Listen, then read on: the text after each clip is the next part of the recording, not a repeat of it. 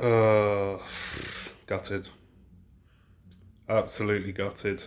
Sorry if I sound a bit blocked up, by the way. I'm just recovering from illness, but I felt like I wanted to and should get a reaction up as soon as possible whilst emotions are still raw and whilst I feel like there were so many talking points from this FA Cup semi-final. Brighton nil, United nil, Manchester United winning 7-6 on penalties. I'm again filled with mixed emotions because it's another great achievement for a club like us that doesn't get much recognition from casuals. And like an FA Cup semi-final trip to Wembley, absolutely fantastic, right? Having a fantastic season, and we shouldn't let a game like this be a detriment to it. But I'm also still quite angry and filled with regrets and what ifs on certain situations where this game could have gone differently. It wasn't the best of games from a neutral perspective, obviously 0-0 after 120 minutes. United literally playing Thursday evening, of course, away in Spain, combined with what seemed to be a lot of tired legs from our squad as well towards the end of the game. I felt like it wasn't a great watch from the neutral.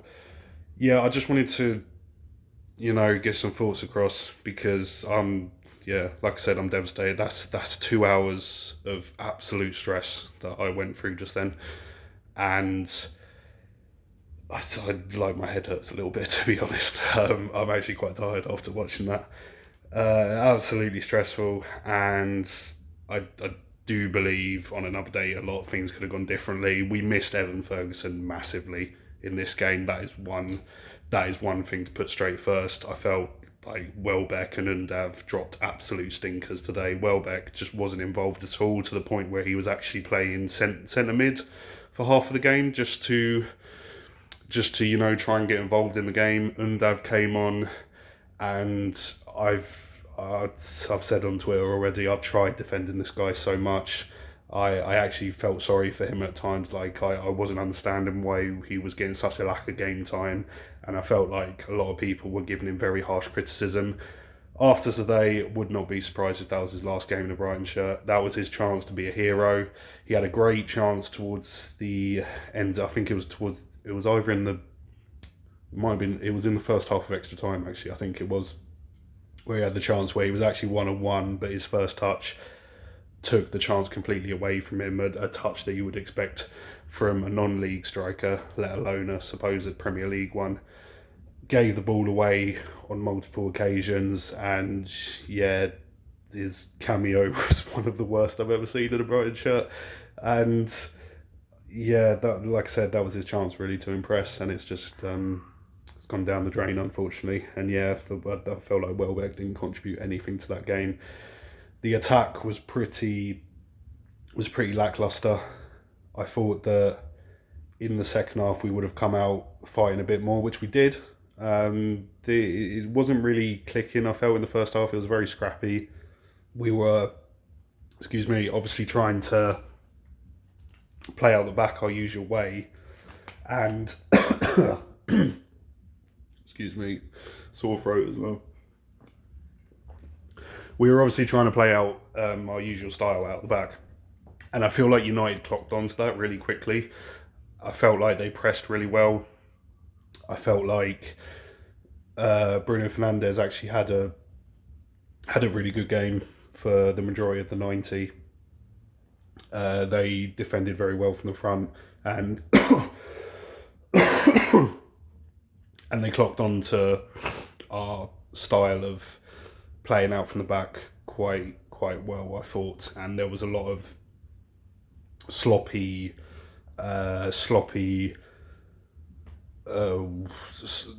parts of the game where just things weren't clicking as they normally do for us. I felt like, and we didn't really create as many chances as I thought we would have because of it. Having said that, I thought Caicedo was absolutely exceptional. Once again, of course, I think that game obviously being streamed to millions all over the UK, all over the world, It's probably knocked another 10 million onto his price tag, to be honest, if he does decide to leave in the summer. And if we don't make a European spot now, then that is highly likely. Lewis Dunk, absolutely exceptional as well. He will obviously continue to put in these brilliant performances without getting much recognition from them. I felt like Colwill probably should have came on in extra time. Webster looked a little leggy towards the end and made a couple errors as well, I thought, but I thought he was okay, but probably should have been subbed off at some point. Wan-Bissaka against Mitoma was obviously a big talking point from this game. One of the, if not the best defensive fullbacks in world football against one of the best up and coming dribblers in world football. Wan-Bissaka won that battle, unfortunately. Mitoma felt like didn't really take his opportunity in this game. He looked lively at times, but the majority just kind of looked tired. Couple of heavy touches here and there, couple of wasted opportunities from maybe taking too long on the ball or too many extra touches. Felt like we were trying to walk the ball in at times, trying to score goals, and yeah, it just wasn't his day, unfortunately. But like I said, United defended really well. I was really surprised at how well they defended, to be honest, because we was obviously going into this game expecting to be quite comfortable against a United defence that is missing quite a lot of players. Maybe the Maguire suspension actually benefited them. Of course, Lindelof probably man of the match, to be honest. If you're going to give it to a player from the winning team, Caicedo was originally given the man of the match after the 90 minutes. Deservedly so, like I say. He was absolutely brilliant. And yeah, it's disappointing, man. It's really disappointing, but obviously this is a experience that I hope De Zerbi and the players will learn a lot from. I thought Sanchez, I've been a big critic of Robert Sanchez. I thought he actually had a really good game today. Excuse me. I thought he actually had a really good game, and I've been a really big critic of Robert Sanchez in the past. But as good as he was, why does this guy not save penalties? It's really jarring, man. Obviously, maybe you could have brought on Steele for the penalty shootout, but at the same time, it would have been harsh to take off Sanchez after having such a solid game. And like I said, I was happy with his performance, man, even though I've said that maybe his time's up at the club for making too many errors. He was faultless in the 120, I felt like. Didn't really have any... There wasn't really any point in the game where he was making me nervous or anything. And yeah, I felt like those were really the main talking points of what was... Well, I know it's weird to say because it's like little old Brighton in an FA Cup semi-final against big Manchester United, but I felt like it was low-key a disappointing performance. We can be proud still. We can look forward to finishing the league strongly and hopefully finishing in a European spot. But also, I wanted to mention, like, if that is one thing to take away from this game, our squad depth absolutely stinks. And then that is one thing that really needs to be addressed, right? Because I felt like we should have made one or two extra signings in January. We barely had any options off the bench today. And... oh, fuck's sake. And I think that De Zerbi didn't really have much choice in who to bring on in this one. I actually felt like we could have brought on Ayari. I felt like we needed a little bit more energy in the midfield, and from the cameos that I've seen from him so far, I felt like he could have offered a bit of energy and a bit more, opening up some more opportunities maybe, because the midfield battle was quite scrappy in this one.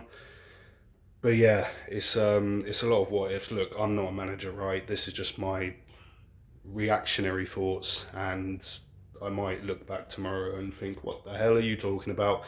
But hey, it's a penalty shootout, man. It's a lottery. There were maybe things that we could have done differently in the game, but Sanchez just refuses to save penalties, so what can you do, man? It's unfortunate, but like I said, hopefully we finish things strong for this season, and hopefully I can recover from this sore throat before I die so that I can make some more videos again. So yeah, take care.